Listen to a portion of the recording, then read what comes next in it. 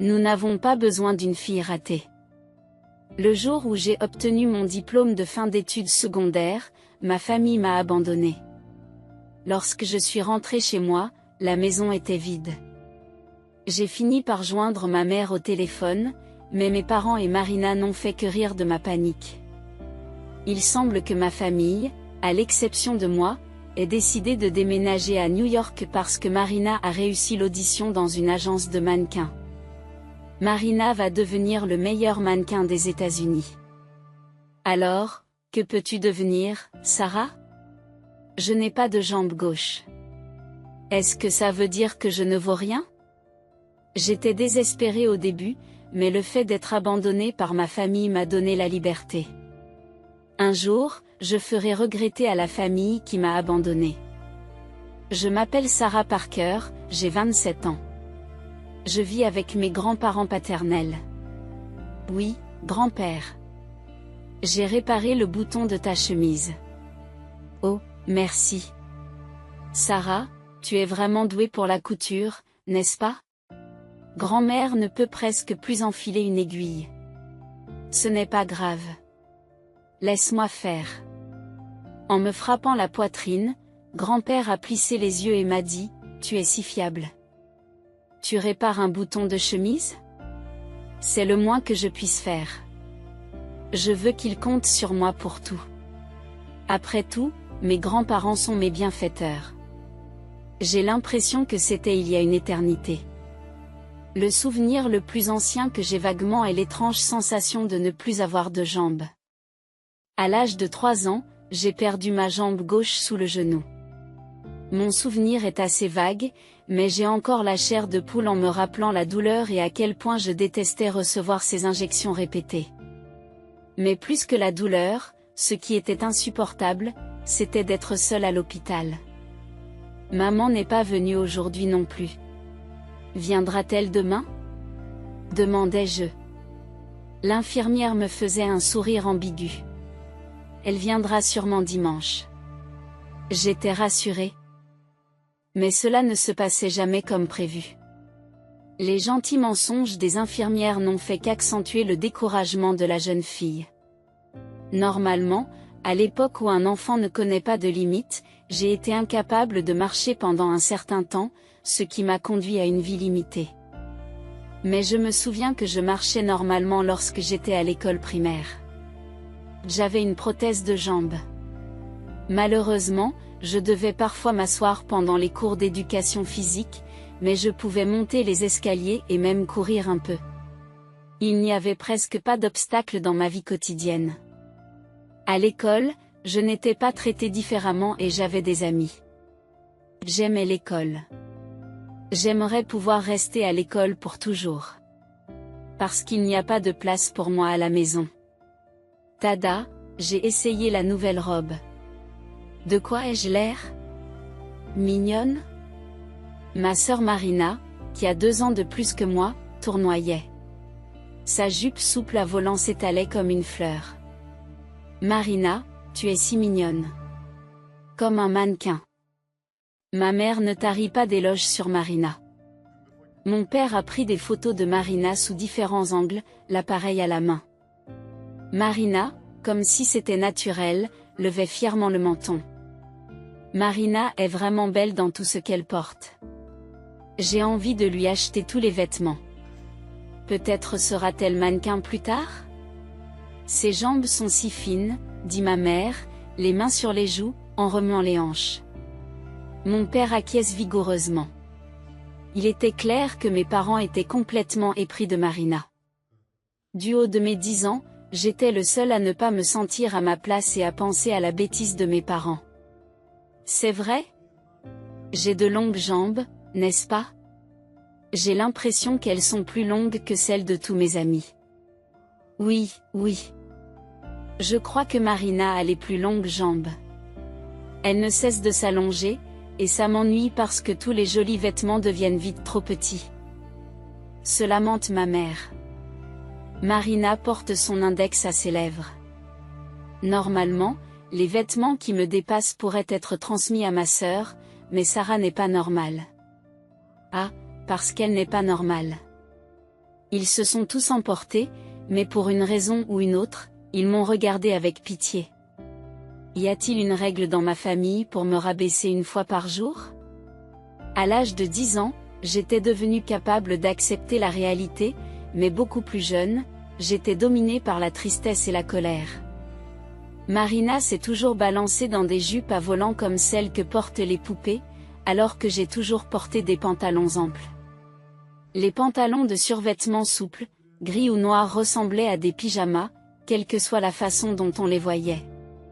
Et comme ils étaient assortis aux pantalons, les hauts étaient toujours des t-shirts et des sweatshirts à capuche. Je veux aussi porter de jolies jupes. Une fois, j'ai fait appel à ma mère. Elle m'a regardé avec des yeux écarquillés, choquée. Elle m'a regardé avec des yeux écarquillés, choquée. C'est impossible, tu sais. Ta jambe n'est pas normale, alors nous ne pouvons pas l'exposer aux yeux des gens. Tu ne serais pas gêné si les gens voyaient ta jambe? Je ne suis pas gênée. Tous mes amis connaissent ma jambe. Non, non. Même si tu n'es pas gêné, je le serais, alors arrête. Si les jupes qui dévoilaient mes jambes étaient hors de question, j'avais au moins envie de porter des pantalons en jean cool. Des jeans? C'est un tissu dur, donc difficile à porter, n'est-ce pas? Ta mère t'achète des pantalons faciles à porter pour ton bien. Tu comprends la gentillesse de ta mère? En plus, les jeans coûtent cher, alors non. Mais tu achètes beaucoup de vêtements pour ma sœur. Vraiment? Tu te plains alors qu'on t'a acheté une jambe. On dépense plus pour quelque chose dont tu as besoin, et tu en veux encore? Des vêtements pour ta sœur, une jambe pour toi. C'est injuste. Dis-moi. C'est injuste. Sous la pression de ma mère, j'ai secoué la tête pour dire non. Ma mère a marmonné sous sa respiration. Ta jambe a coûté cher, tu sais. Nous payons pour quelque chose dont la plupart des gens n'ont pas besoin, nous t'offrons un luxe, et pourtant tu es toujours aussi gourmand. Ne dérange pas ta mère. Le lendemain, Marina est revenue du centre commercial avec mon père, de nouveaux vêtements à la main, et a fait un défilé de mode devant le miroir. Pendant ce temps, j'étais coincée dans les mêmes suites d'avion, que je dorme ou que je sorte. J'ai toujours souhaité pouvoir m'habiller. Cette idée m'a toujours traversé l'esprit. Ce mode de vie n'a pas changé, même lorsque je suis devenue collégienne. En fait, j'avais hâte de porter un uniforme scolaire, mais j'allais le plus souvent à l'école en survêtement. Il semble que ma mère ait parlé à l'école par souci pour moi. Ma gentille maman a réussi à me faire passer pour un enfant pitoyable. Les rares fois où un uniforme était exigé, je portais un pantalon de garçon. Le fils du voisin, Brent, venait d'être diplômé, ce qui m'a sauvé la vie. Oui, c'était un vêtement d'occasion. Était-ce simplement parce qu'un uniforme de garçon était disponible, ou bien se donnait-elle tant de mal pour cacher ma jambe? Je ne pouvais pas comprendre les sentiments de ma mère. J'avais perdu la capacité de ressentir des émotions aussi tendres que la tristesse et je me sentais détachée, comme si cela arrivait à quelqu'un d'autre. Les aspirations de Marina à devenir mannequin n'ont fait que se renforcer. Elle mettait en ligne sur les réseaux sociaux des photos à la mode telles que Sweet in Me ou Blue Sky in Me et souriait au nombre de likes qu'elle obtenait. Souvent, on me demandait, non, on m'ordonnait de prendre des photos pour Marina, et elle me tendait son smartphone. Refuser était trop compliqué, alors j'appuyais simplement sur le déclencheur. Mais les contrôles de Marina étaient assez stricts. Et elle m'obligeait à prendre des photos les unes après les autres, ce qui était ennuyeux. Ouais, ça a l'air bien, je crois. L'angle du dessous donne l'impression que mes jambes sont très longues. Ça, c'est bon. Attendez, quoi? Attendez une seconde. Sarah se reflète dans la fenêtre derrière moi. Marina efface immédiatement toutes les photos qu'elle vient de prendre. C'était moins une. Ce serait le pire si les gens découvraient que j'ai une sœur comme toi. Tu es tellement insensible que tu apparais sur mes photos. Personne ne devrait te voir. Pense à ta place. Même si j'ai participé à la séance photo, c'est ainsi que j'ai été traitée. Je n'ai même pas eu l'énergie de riposter, j'ai juste encaissé les insultes de Marina. On ne veut pas de moi dans cette maison. Je ne fais que gêner. J'ai compris cela douloureusement, alors j'ai essayé de ne pas provoquer mes parents ou Marina et j'ai vécu comme si je faisais partie de l'air. Mais jamais, dans mes rêves les plus fous, je n'aurais pensé que je serais abandonnée au moment même où je passais mon baccalauréat. Qu'est-ce que c'est que ça? Lorsque je suis rentrée à la maison après la cérémonie de remise des diplômes, la maison était en désordre. Des vêtements et une spatule étaient éparpillés sur le sol. Mais il n'y avait aucune trace de la télévision, du réfrigérateur ou du miroir de Marina. On aurait dit qu'un cambrioleur s'était emparé de tous les objets de valeur. Maman, tu n'es pas là? Aujourd'hui, ma mère n'est pas venue à la cérémonie de remise des diplômes. En regardant autour de moi, j'avais l'impression d'être la seule dont le parent n'était pas venu. Si elle avait des courses à faire, ce serait une chose, mais elle était encore au lit quand j'ai quitté la maison. Ce qui signifie probablement qu'elle n'était tout simplement pas intéressée par ma remise de diplôme. L'état étrange de la maison me fit frissonner. Je ne me souciais pas de choses remplaçables comme la télévision. Ce qui comptait, c'était de savoir si ma mère était en sécurité. Et si elle avait rencontré un cambrioleur? Les pires scénarios se bousculaient dans mon esprit. Même si ma mère semblait indifférente à mon égard, j'étais anxieuse. J'ai vérifié la chambre, la salle de bain, le balcon, mais il n'y avait aucun signe d'elle. J'ai essayé d'appeler son téléphone portable, mais il ne se connectait pas. J'ai alors essayé d'appeler mon père, mais je suis tombée sur sa boîte vocale. Incapable de rester immobile, j'ai continué à appeler ma mère, encore et encore. La sonnerie résonnait sans cesse dans mon oreille. Puis, soudain, le son s'est arrêté. C'était la voix de ma mère. Elle avait l'air irritable, mais j'ai senti une vague de soulagement m'envahir, les larmes brouillant ma vue. Maman, tu as enfin répondu. Je suis si heureuse que tu sois en sécurité. Tu vas bien? Je me suis empressée d'expliquer la situation à la maison. J'ai rapidement expliqué la situation à la maison. À mi-chemin, ma mère a éclaté de rire. Qu'est-ce que tu comprends de travers? Il n'y a pas eu de cambriolage. Ah bon? Bien sûr. Nous venons de déménager. Quoi? Je n'avais pas remarqué avant, parce que j'étais si désespérée, mais le fond sonore à l'autre bout du fil était un peu bruyant. Je pouvais entendre Marina et mon père rire. Maman, que dit Sarah? Elle panique, elle pense qu'un cambrioleur est entré dans la maison. Tu vois, je t'avais dit qu'on aurait dû laisser un mot. Pauvre Sarah. Je n'arrivais pas à suivre leur joyeuse conversation. Sarah. Nous déménageons en ville. Tu sais pourquoi? Je ne pouvais pas répondre, car je ne connaissais pas la réponse. Tu sais quoi? Je suis devenue mannequin. Marina a passé l'audition dans une agence de mannequins et ma famille, à l'exception de moi, a décidé de déménager à Tokyo. C'est parfait. Puisque tu as terminé le lycée, tu vas pouvoir te débrouiller toute seule, n'est-ce pas?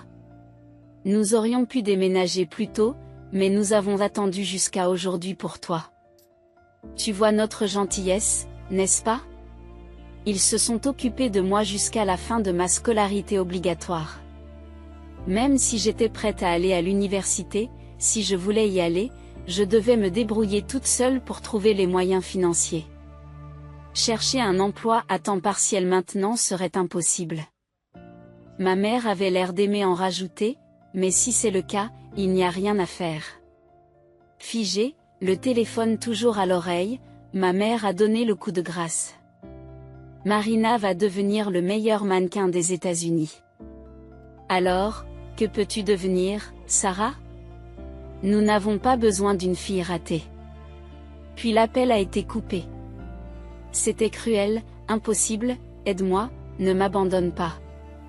Je voulais rappeler et supplier, mais je me suis arrêtée.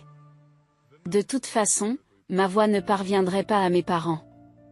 Il était impossible pour moi, à peine âgée de 17 ans et fraîchement diplômée du lycée, de vivre soudainement seule.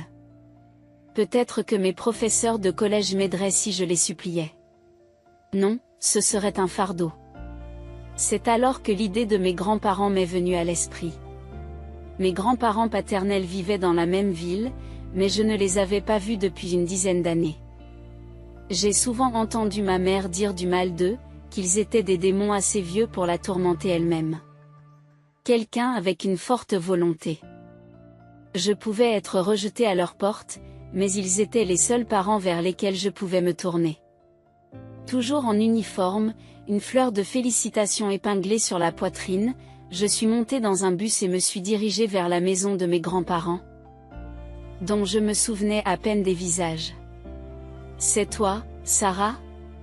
Sarah, c'est ça? Tu as tellement grandi. Nous voulions te voir depuis si longtemps. Dès que nous nous sommes vus, ma grand-mère, les larmes aux yeux, m'a prise dans ses bras. Je m'étais préparée à rencontrer des gens terribles, mais toute la tension a disparu de mon corps instantanément. Puis les larmes ont commencé à couler sur mon visage. Les émotions que j'avais inconsciemment retenues se sont déversées. Je me suis effondrée à l'entrée et j'ai tout raconté à mes grands-parents à travers mes larmes. Le visage de ma grand-mère s'est déformé sous l'effet de l'émotion, et elle ne savait plus où donner de la tête. Mon grand-père m'a doucement caressé l'épaule pendant que je sanglotais. Tout va bien, ne t'inquiète de rien. Les grands-parents que j'avais imaginés méchants n'étaient rien de tout cela, et en eux, j'ai trouvé le salut. Sarah, tu n'es pas une ratée. Tu es une fille normale. Ne te retiens pas, vis comme tu le souhaites. Depuis, je vis chez mes grands-parents. Depuis que je suis chez eux, on ne m'a jamais dit non. Chaque fois que je consulte mes grands-parents, ils m'encouragent toujours à essayer. C'est ainsi que j'ai fini par porter une jupe à volants aux genoux pour la première fois de ma mémoire. Sarah, tu es adorable. Elle te va bien. Un mélange de timidité et de joie remplit mon cœur à ras-bord. Je n'avais jamais su que le simple fait de porter des vêtements qui me plaisaient pouvait faire danser mon cœur de la sorte. Mes grands-parents m'acceptaient, quoi qu'il arrive. Lorsque je me suis teint les cheveux en brun, mon grand-père m'a salué d'un bonjour. Lorsque j'ai acheté un pantalon aux genoux déchirés, ma grand-mère, inquiète, y a ajouté des appliqués, et j'ai secrètement pleuré. J'avais économisé l'argent de mon travail à temps partiel pour m'acheter une machine à coudre le matin de Noël. J'ai trouvé une machine à coudre haut de gamme à côté de mon oreiller. J'étais surprise que le Père Noël soit venu me chercher à cet âge. Tous ces souvenirs sont précieux pour moi. Vivant sans restriction, j'ai intégré une école de mode après avoir emménagé chez mes grands-parents. C'est là que j'ai lancé ma propre marque. Je crée les jupes mignonnes et les pantalons en denim cool que j'ai toujours admirés. Je me concentre sur le design, mais ce n'est pas tout. Mes vêtements sont conçus pour être faciles à porter par tout le monde, quel que soit l'âge, le sexe, la santé ou les difficultés physiques. Aujourd'hui, j'ai 27 ans. Le travail va bien et je mène une vie épanouie. Mais soudain, le ciel a commencé à se faire menaçant. Sarah, cela fait si longtemps. Ma mère m'accueille à bras ouverts. On aurait dit qu'elle était à l'affût devant mon entreprise. J'ai reculé, mais elle a fait 2 grands pas vers moi. En cherchant de l'aide autour de moi, j'ai remarqué que mon père était là aussi, souriant et se grattant la tête. Sarah est devenue si respectable. C'est ton entreprise, n'est-ce pas? Ta mère a toujours cru que tu deviendrais quelqu'un d'important. Cela fait 10 ans que ma famille m'a abandonnée.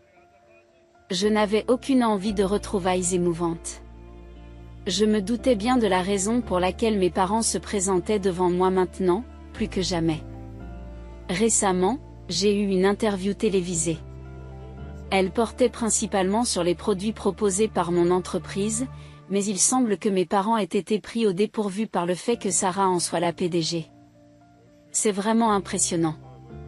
Après vous avoir vu à la télévision, j'ai immédiatement commencé à me renseigner. Le chiffre d'affaires annuel de votre entreprise est d'1 milliard de dollars. Cela fait-il de vous une milliardaire? C'est exact, n'est-ce pas? Ta mère est très fière d'avoir une fille aussi extraordinaire. Ma mère, enthousiaste, m'a pris la main. Vivons à nouveau ensemble. Nous avons déménagé de la ville. Ma mère a plissé les yeux avec gentillesse, dégageant une atmosphère douce et chaleureuse, mais cela n'a pas du tout touché mon cœur. Au contraire, j'ai senti un frisson me parcourir l'échine. Maman, hein? J'ai légèrement penché la tête, tout en gardant un ton léger. Je suis désolée, mais en ce qui me concerne, je n'ai pas de mère. Quoi? Sarah? Essayant de ne pas alourdir l'atmosphère, j'ai offert un léger sourire pour expliquer. Il y a 10 ans, j'ai été abandonnée par ma famille. Ma mère, mon père et ma sœur m'ont tous quitté. Je n'ai donc pas de mère. Des camarades de classe et d'autres personnes m'ont déjà posé des questions sur ma famille. Leur dire que j'ai été abandonnée le jour de la remise de mon diplôme de fin d'études secondaires ne manquerait pas d'attirer leur sympathie. J'ai donc choisi de sourire un peu, faisant comme si le passé ne me dérangeait pas. Quoi, tu es en colère? Tu t'accroches encore à quelque chose qui s'est passé il y a 10 ans? Tu es plus vindicative que je ne le pensais. Ma mère a tenté de rire, mais j'ai gardé le sourire que je réservais aux étrangers. Cela fait 10 ans, alors je ne suis plus en colère. Je ne me soucie tout simplement pas des gens qui n'ont rien à voir avec moi. Les yeux de ma mère s'écarquillent et sa mâchoire tremble violemment. Il semble que lorsque l'on réussit dans sa carrière ou que l'on touche le jackpot, les proches se multiplient. Pour ceux qui tournent autour de l'argent comme des mouches sales, le seul choix est l'extermination. Après tout, je ne peux pas affirmer que la femme âgée qui se trouve devant moi est vraiment ma mère biologique. Malgré les 10 années qui se sont écoulées, elle n'a pas du tout la même apparence que dans mes souvenirs. Sarah? Nous sommes une famille. Nous sommes liés par des liens indéfectibles. Pendant un instant, ma mère, qui avait roulé des yeux en arrière, a retrouvé son calme et a de nouveau saisi fermement ma main. Ma mémoire de la famille s'est estompée, donc je ne peux pas vraiment dire. Mais vous n'êtes pas ma mère. Sa prise sur ma main se resserra. Sans changer d'expression ni montrer la moindre douleur, j'ai continué calmement. Parce que ma mère n'est pas une vieille femme ridée comme toi. La main de ma mère, qui avait serré la mienne, s'est écartée d'un coup et s'est couvert le visage. Ma sœur est partie à New York pour devenir mannequin. Je me souviens que notre mère avait également un sens aigu de la beauté et qu'elle prenait soin de sa peau. Malgré les 10 années écoulées, ma mère, qui avait la cinquantaine, ne pouvait pas avoir l'air d'une vieille dame aujourd'hui. Avec tout le respect que je vous dois, vous avez plus de 70 ans, n'est-ce pas? La femme a poussé un petit cri, son visage se contorsionnant dans l'agonie. Les rides sur son visage semblaient se creuser encore plus. Son apparence laide ressemblait à celle d'une vieille sorcière tout droit sortie d'un conte de fées. Bien que je l'aie traitée comme une étrangère, je savais au fond de moi qu'il y avait un semblant de ma mère en elle. Cependant, il était indéniable qu'elle avait l'air d'avoir plus de 70 ans. Son visage était couvert de rides, la peau de ses joues tombait comme les bajoux d'un bulldog. Des poils gris se détachaient de ses cheveux, qui étaient secs et crépus. Elle avait l'air plus décharnée que mince. Les doigts de la main qui tenait la mienne il y a quelques instants ressemblaient à des branches séchées d'un arbre. Elle était bien loin de la mère moyennement belle que j'avais connue il y a 10 ans. Ingrate. Tu as l'intention de me rendre la gentillesse que j'ai eue de t'élever ainsi? Je suis ta vraie mère, sans aucun doute. Et si tu faisais preuve d'un peu de piété filiale si tu es une fille? Ma mère s'est jetée sur moi. En voyant son état désespéré et sa transformation radicale, il était clair qu'elle devait avoir du mal à vivre. Que entendez-vous par piété filiale? Demandai-je calmement. Un sourire en coin est apparu sur les lèvres de ma mère. Eh bien, tu es PDG, n'est-ce pas? Il est donc normal que tu soutiennes ta famille. Oui, je soutiens les membres importants de ma famille. Dans ce cas, j'ai écarté la main de ma mère, qui semblait assez fragile pour se briser d'un coup sec. Ma famille se résume à mes grands-parents, dis-je. Quoi? Le reste de ma famille m'a abandonné, je n'ai donc aucune obligation de les soutenir, n'est-ce pas? Quoi? Ne sois pas cruel parce que tu as de l'argent. Je ne te demande pas de me donner toute ta fortune, donne-moi juste 20 000 $ ou quelque chose comme ça devrait suffire. J'ai simplement regardé ma mère qui s'accrochait désespérément à moi. Changeant de ton, elle a essayé de jouer la carte de la compassion. Tu vois, Sarah, ta mère a des problèmes. La vie en ville est chère et les choses sont difficiles. Pourrais-tu me prêter un peu d'argent? Après tout, nous sommes de la même famille, n'est-ce pas? Elle me regarde avec des yeux pleins de larmes. Malheureusement, le regard pitoyable d'une vieille sorcière n'a pas touché mon cœur. Alors que je commençais à me lasser d'elle, deux silhouettes s'approchèrent d'elle par derrière. Qu'est-ce que tu veux encore? Ma mère se retourna en claquant des doigts et découvrit mes grands-parents. Son visage s'est visiblement déformé, visiblement irrité. C'est mal de venir voir ma propre fille? Oui, c'est mal. Mon grand-père a immédiatement réagi. Tu as du culot de te montrer devant la fille que tu as abandonnée. Tu l'as abandonnée, n'est-ce pas? Tu ne veux plus d'elle, n'est-ce pas? Pour toi, elle n'est qu'un déchet, n'est-ce pas? C'est pathétique de s'accrocher à cette ordure. Occupez-vous de vos affaires. Qui aurait pu penser que la poubelle que nous avons jetée se révélerait être un diamant? C'est ridicule. Mon grand-père se moque en éclatant de rire, ce qui fait sans doute paraître ma mère encore plus méchante. Mais mes grands-parents n'étaient pas les méchants que ma mère faisait passer pour tels. Je les connaissais bien pour les avoir côtoyés pendant 10 ans. Même si mon grand-père avait l'air énervé maintenant, il n'avait jamais maudit mes parents juste après mon abandon. Après avoir calmé le grand-père trop sarcastique, ma grand-mère prit la parole avec douceur. Nous avons entendu des rumeurs à ton sujet. Il semble que vous empruntiez même de l'argent à des parents éloignés. As-tu des problèmes financiers? Rougissante, ma mère marmonne sous sa respiration. Oui, j'en ai. Je n'ai pas d'argent. Puis, l'instant d'après, elle a explosé de frustration. Je n'ai pas d'argent. Et tout ça à cause de Marina. La haine se lisait sur le visage de ma mère. Malgré l'affection qu'elle portait à Marina, quelque chose avait manifestement mal tourné. Il n'y avait rien. Elle n'a rien accompli. Tout ce qu'elle fait, c'est dépenser de l'argent en vêtements et en cosmétiques, sans jamais décrocher le moindre contrat de mannequinat. Cette sangsue avide d'argent. Une fille inutile, s'exclame ma mère en tapant du pied droit avec frustration. Alors que je reculais devant son comportement insupportable, une silhouette vêtue de noir émergea de l'ombre d'un arbre voisin. J'ai cru un instant qu'il s'agissait d'un sanglier, ce qui a fait bondir mon cœur, mais à ma grande surprise, il s'agissait de Marina. Et, maman, ne t'avise pas de m'insulter alors que je suis là à t'écouter tranquillement. Je suis mignonne. Je suis la plus belle. Marina, avec sa respiration haletante, avait à peine gardé un semblant de son apparence d'il y a 10 ans. C'est vrai que tu n'as pas de travail. Tu viens de dépenser beaucoup d'argent. Mais ce n'est pas ma faute.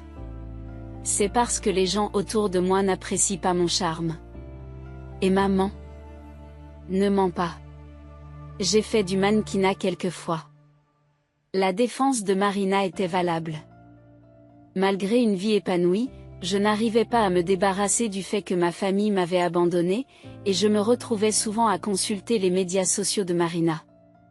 Ces posts étaient remplis de photos époustouflantes, chacune d'entre elles me faisant me sentir encore plus mal qu'avant, mais je ne pouvais pas m'arrêter, ce qui ne faisait qu'ajouter à ma misère. Et puis, j'ai remarqué quelque chose. Pas de likes ni de commentaires sur les posts de Marina. En y regardant de plus près, je me suis rendu compte qu'elle n'avait que 6 abonnés. J'ai été surpris que le compte de Marina sur les médias sociaux ait moins de followers que celui que j'avais négligé par le passé. De plus, les commentaires occasionnels sur ses posts semblaient être subtilement malveillants. En jetant un coup d'œil au compte, même si le nom n'était pas mentionné, il était évident qu'il postait des commentaires désobligeants sur Marina. Agir comme une professionnelle sans aucune expérience. Une fierté supérieure à celle des autres. J'ai entendu dire qu'ils avaient dû refaire des photos pendant des heures parce qu'ils n'arrivaient pas à faire ressortir mon charme lors d'une séance photo où mon nom n'était même pas mentionné. Pas étonnant qu'ils n'arrivent pas à décrocher des contrats de mannequinat. Personne ne veut avoir affaire à des personnes aussi difficiles. Pourquoi parlent-ils comme s'ils savaient tout? Je suis une professionnelle, alors qu'y a-t-il de mal à être particulière? Vous êtes actuellement au chômage. C'est la réponse. J'ai examiné attentivement le visage de Marina. Le teint pâle, les grands yeux qui occupaient un tiers du visage, les lèvres roses. Le menton pointu. Aucune de ces caractéristiques ne correspondait à la Marina que j'avais en face de moi. La Marina des médias sociaux était construite sur des mensonges et des faux semblants. Je suis différente de ces mannequins ordinaires. Je n'ai pas recours à la chirurgie plastique et je ne cherche pas à plaire aux hommes. Je suis une vraie femme, n'est-ce pas? Je ne suis pas un mannequin de bas étage qui compte sur ses relations pour travailler. J'en ai fini avec ce monde ridicule. Bien qu'elle ait été abandonnée, même par ma mère, Marina avait une confiance en elle admirable. D'une certaine manière, je ne pouvais m'empêcher de la respecter. Je ne m'attendais pas à ce que Sarah devienne présidente d'une marque de vêtements. Se pourrait-il que vous vouliez m'utiliser comme modèle? Allez, dis-moi la vérité. Tu veux favoriser la famille, c'est ça? Mais si tu insistes vraiment, Sarah, je pourrais être le mannequin de tes vêtements, tu sais? Sa personnalité très positive était probablement due à toutes les attentions dont elle bénéficiait de la part de nos parents.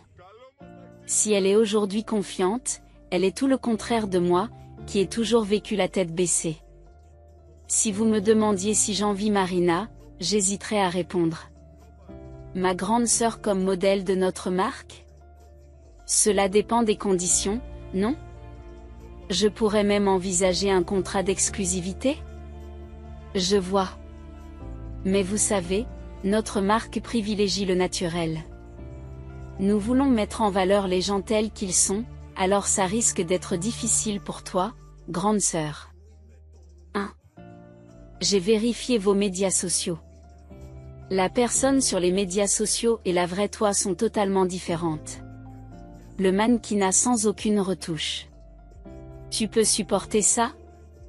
Les yeux de Marina se sont tellement écarquillés que ses faux cils se sont détachés.